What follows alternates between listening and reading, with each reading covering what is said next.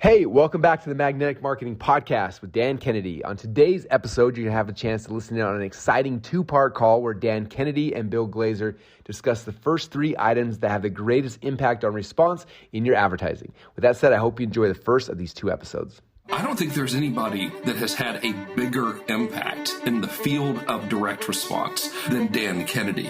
The legend of Dan Kennedy should be ignored at your own peril. They're not really lessons, they're kind of laws that you live by. Dan opened my eyes to what small business marketing looks like. Dan teaches strategic direct response that is timeless. His ripple effect touches people who don't even know his name. The world as we know it was changed because Dan Kennedy became obsessed with marketing.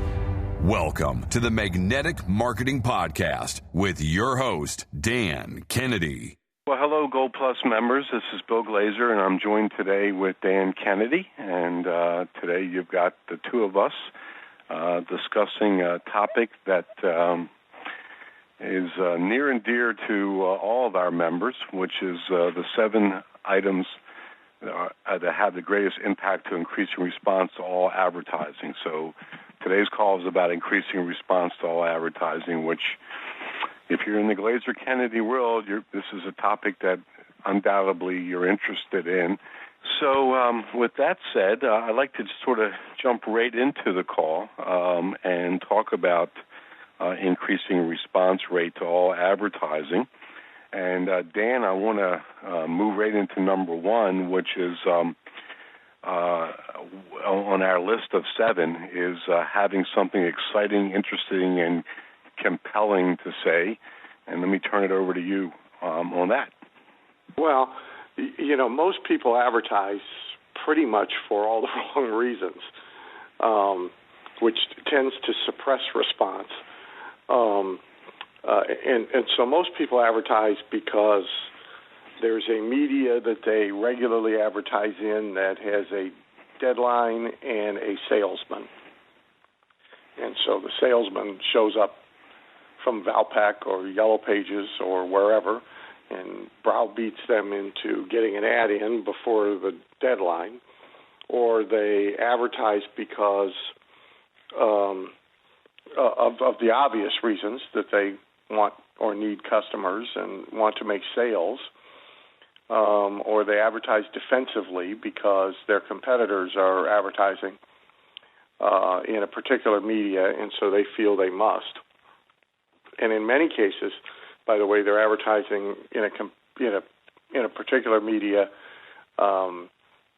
intentionally on the same day and in the same way that their competitors are advertising. So for the most part, everybody kind of starts out advertising from their own self-interest instead of having a legitimate reason to step into the marketplace and say something. And so when you start to think about this issue of compelling messages, you have to think about something other than, hey, it's Father's Day and we ought to run a sale because we need to make money. And one of the answers, one of the paths to a better approach to this was ad man David Ogilvy's sort of number one principle, which is that advertising should be news. And I imagine most people have heard that or have been familiar with it. It's worth then asking, what is news? And the key items from the old Ogilvy checklist are that news is timely, it's relevant, it may be communicating some new threat or danger or hazard. Think bird flu, for example. Or it may be communicating some new benefit or breakthrough. Or it may be news about a person or people of interest. And any or all of those things go into making news. And therefore, if you view advertising as being news-based, all of them go into advertising as well. An example, if you like, and I pulled it because I'm right in the middle of a related project at the moment.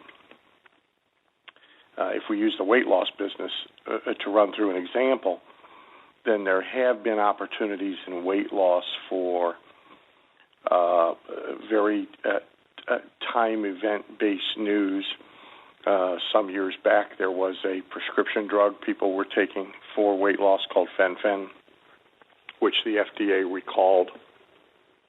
I think, as I recall, for good reason. It was killing people or turning their kidneys blue or something. And then maybe more recently was a similar thing with a non-prescription weight loss ingredient called ephedra. That was FDA banned because it makes the heart race and potentially kills people. And so in both of those cases, the weight loss industry had an opportunity to immediately step forward and make news by talking about their products or services as not being fatal and as not containing ephedra, as a all-natural alternative to Fen-Phen, etc. In making weight loss relevant, the two most common choices are seasonality, because weight loss purchases tend to be event-driven. Wedding coming up, summer bathing suit season, class reunions, that sort of thing. Or you make it relevant by targeting markets. And so, for example, weight loss for moms after pregnancy. The threat category, currently the news media is convincing everybody there's an obesity epidemic. The new benefit breakthrough stuff, there's, for example, the cosmetic surgeons and the dermatologists have a brand new sort of minimally invasive alternative to liposuction. There's a new prescription drug for weight loss that a pharmaceutical company is very close to FDA approval on. There's any number of discoveries. People will remember maybe a year and a half, maybe 2 years ago, there was much flurry about the woman who wrote the book about why the French don't get fat, even though they eat all sorts of rich cream sauces and rich desserts. And she made the rounds of Oprah and elsewhere, and the book was on the New York Times bestseller list. So that kind of a new benefit, new breakthrough. In the person or people of interest category, Nutrisystems is doing a great job right now with male athletes in their advertising aimed at male customers, which is in itself sort of an advertising breakthrough in weight loss that nobody else has ever pulled off. Off and on client of mine used Anna Nicole to promote Trim Spa. At the moment, there are weight loss companies they're a little hesitant, but you're starting to see Anna Nicole used in a very different way to talk about yo-yo dieting and dangerous drugs as opposed to other alternatives. There's the manufactured person of interest, like Subway did with Jared.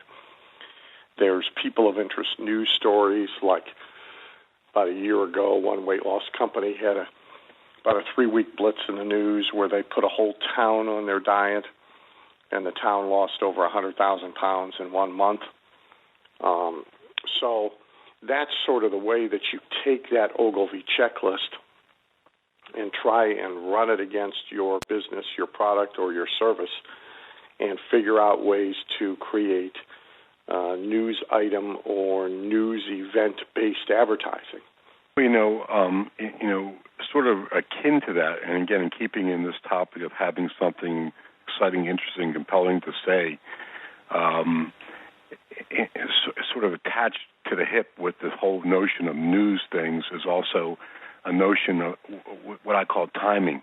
And when I was operating and running my menswear stores, for example, I very often would be using the whole timing factor as a reason to say something. So, for example, I mean, listen, one of the most successful promotions that we had in our menswear business, which unfortunately we could only do it once every 4 years, was we used to have a leap day sale.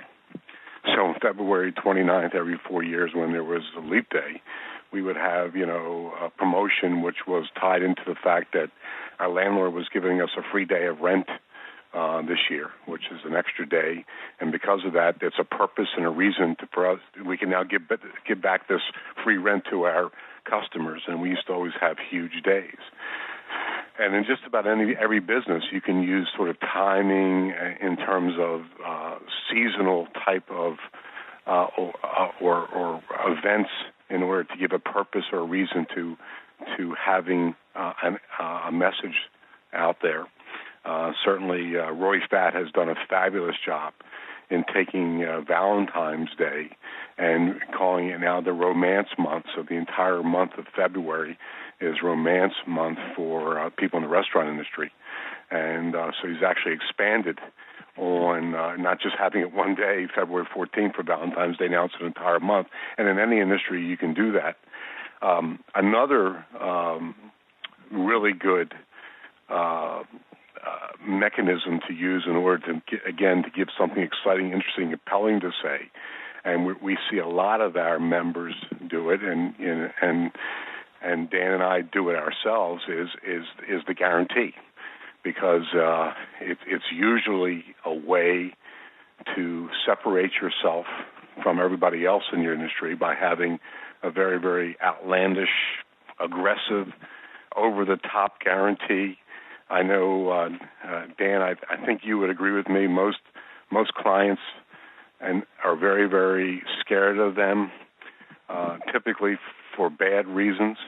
A lot of clients provide good guarantees, but hide them, which is even worse. And that's, again, often a way to separate yourself is with the very, very, what we call a very, very strong guarantee. I want to also stop here before we go to number two, and I want to point something out which is really important for everybody who's listening to this, is that what we're talking about today, and so you can now loop this right back to this point that we made just on item number one.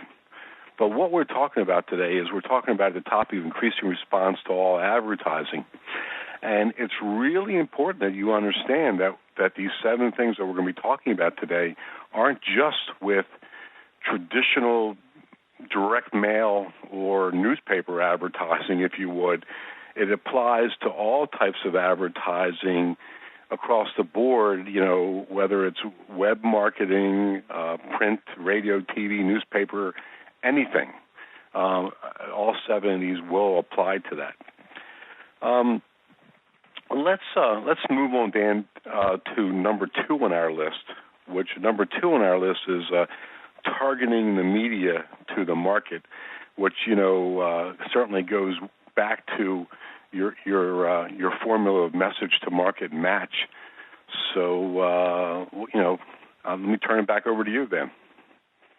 Well, I think one of the things that's interesting about media is that there's more targeted media than there is mass or mainstream media, and a lot of advertisers use it without customizing the advertising that they place in it.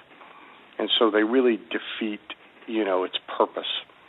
So, for example, there's a very commonly used horse liniment pain reliever, glop, that's been around forever and a day, and pretty much everybody has it in their barn. And they run large ads month after month after month in all of the media that targets horse owners. What they don't get, and there's no telling how much more successful they might be is that each of those magazines, and there's about 20 or 22 of them, have a different readership with a profound bias. And so thoroughbred racehorse owners, standardbred racehorse owners, Arabian horse owners, quarter horse and cutting horse owners, et cetera, et cetera, et cetera, they all come to the table with the same profound bias that we fight with business owners, where every business owner thinks his business is different from everybody else's. Every horse owner devoutly believes that their particular breed of horse and the activities that they engage it in are completely different from everybody else's. Furthermore, some of those groups hate each other. And so for the most part, you see very little crossover between pleasure horse owners and racehorse owners. You see very little crossover between thoroughbred racehorse owners and harness horse race owners. And so, like your invitation to go to the Preakness, if offered to most harness horse owners, would be declined because they don't want anything to do with thoroughbreds and vice versa. And so when you stick the same ad in all of these media, you trade away the greatest value that the media brings to you, which is a targeted audience with certain biases that can easily be pandered to. And by not pandering to them, you miss a major opportunity. And in some cases, you even negate the value of the advertising altogether. And so in these same magazines, I've seen other companies make the mistake. This particular company I was just talking about doesn't, but I've seen companies make a mistake where, like, they've had a celebrity endorsement from a famous trainer of thoroughbred racehorses in their ad in Arabian Horse Monthly.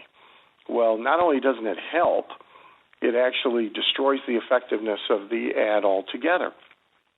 I have a client in the business opportunity field who lazily for years has gotten by with a generic ad, same ad in every publication, but predominantly he's only been advertising in opportunity magazines.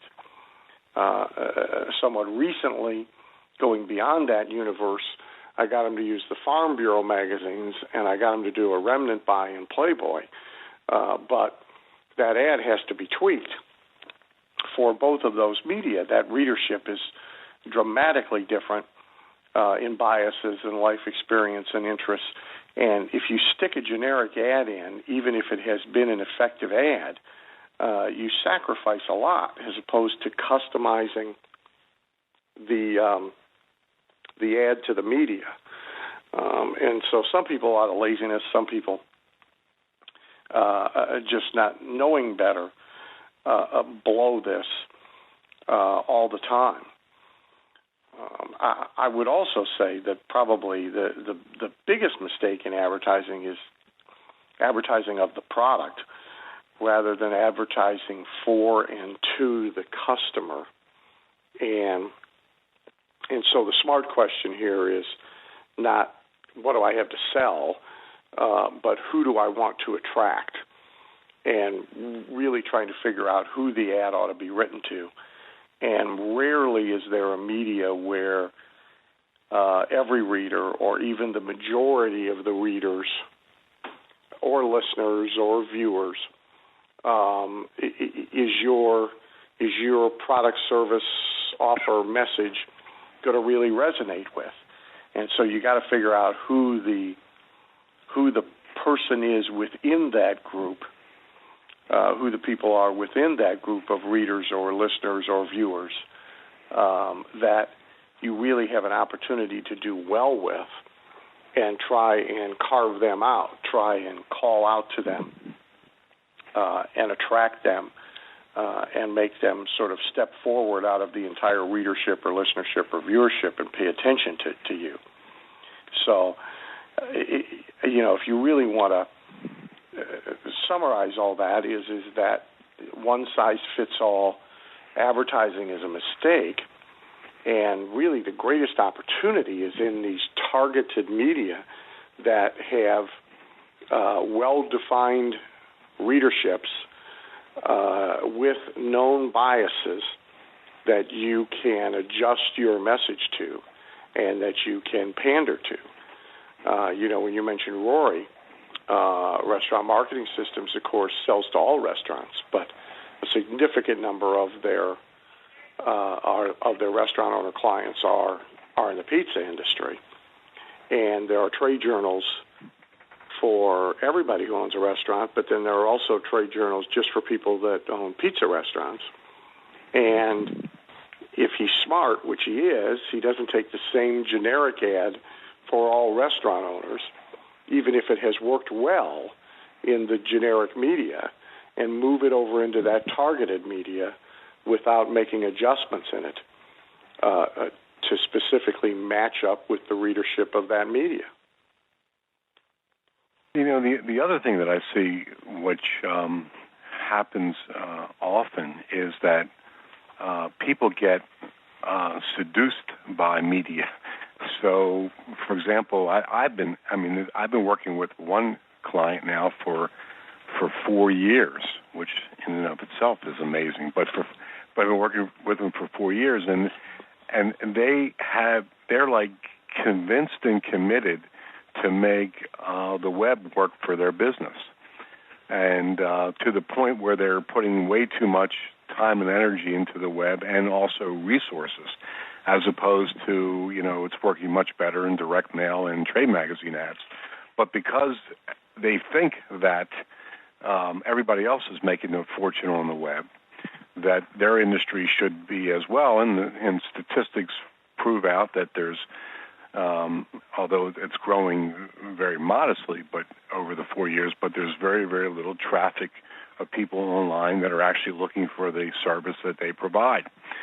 So you've got to be careful that you don't fall prey to this, where you see something that somebody else is making work, because one of the things I learned from you, Dan, early on, is that all media can work. I mean, it's not like there's a media out there that can't work. It's just not all media is meant for all businesses and all industries. So again, it's matching this up. And I was saying that I think that, Dan, both you and I would agree that it in many cases it's worth doing a test of different kinds of media. Oftentimes we've been pleasantly surprised and shocked that some things are working much better than we would have predicted. But again, it's trying to find that right match. Yeah, look, I think there's two sides to that coin. One is, as you said, the danger of being seduced by or feeling compelled to use a particular media, again, for a bunch of wrong reasons, either because it exists or because you think everybody else is doing well with it without actually having any factual data to support it, or because you see your competitors or your peers there, and so you feel you have to be there. And so there's the danger of this seduction. There's also the danger of ignoring a media because nobody else in your field uses it, and you've not seen it used successfully, or you tried it once umpteen months or years ago and fell off the horse, so now you don't want anything to do with anything that's got four legs. And often business breakthroughs come from alternative media or different media. The aforementioned Nutrisystems company, failed miserably in their original business of bricks and mortar centers, a la Jenny Craig, and their comeback was fueled mostly by selling through QVC, which is home shopping channels are a media. The aforementioned Alex Goen, who owns Trim Spa, Alex was the leader in the $39 stop, weight, lose smoking, show up at the door seminars. I had another client in that industry, and he was the first to use Valpak.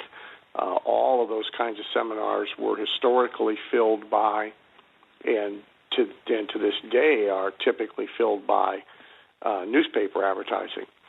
And we put a 4-page, 11 by 17 piece folded down to the size of a Valpak coupon into Valpak media and did very, very well. It's my opinion that business opportunity advertisers, for example, missed the boat by not using Valpak, Advo, Money Mailer, and so forth.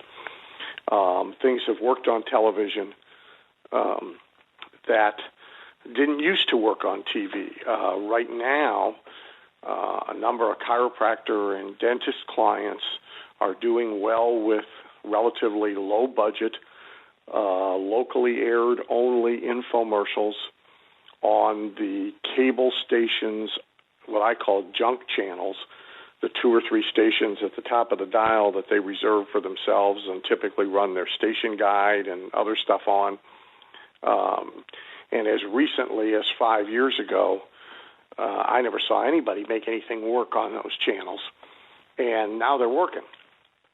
So not only do you have to test, but you have to keep retesting what didn't work for you after some period of time to see if circumstances have changed and it will work now. But having said all of that, it's still my contention, and it's why your client does better with direct mail and trade journals than they probably will ever do on the web. It's still my contention that you want to be on the hunt for targeted media as opposed to big, broad brush general media, because usually, more often than not, far more often than not, the best ROI, the best leverage is going to be in media with a well-defined readership of profound common interest and known biases. In our business, meaning yours and mine, and many of my clients, the demise of Success Magazine was a real loss for many of us because it was a spectacularly productive media, far more so than any business or entrepreneurial-oriented magazine that existed simultaneously or that exists now. And so Success had brought together and attracted a particular type of reader who really was ideal for us, and nobody else has rounded up that same reader. So I think you've got to be on the look for the stuff that really hits your target. One of the items that was on our list of 7, or is on our list of 7, is the selection of the targeted media, and we sort of have crept into that in dealing with this topic of targeting. Meaning I screwed up and jumped the list here, huh? Yeah. No, I think we crept into it, and actually, I don't want to spend too much more time on it. Although that I will tell you, in our case, in our business case, probably, a really great example of targeted media is, how you are delivering now. A newsletter on marketing to the affluent, which, that's a great example on, media that is specifically targeted. There is other media out there that also targets that category of the affluent. Advertisers are discovering, again, that you talk differently to them. Sure. And that there are media specifically for them.